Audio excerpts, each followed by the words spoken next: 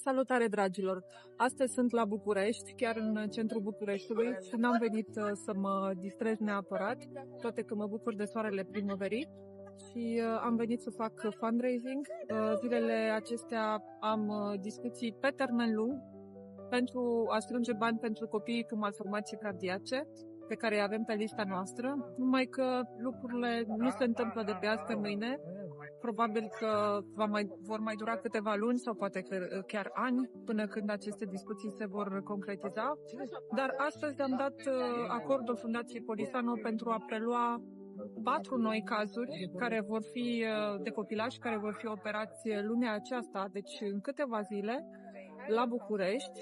Vor fi operați intervențional. Este vorba despre Matias, despre Eva, despre Evelin, despre Eduard, cel mai mic dintre copilași, are mai puțin de un an, s-a născut în iulie anul trecut și avem nevoie de tot sprijinul vostru.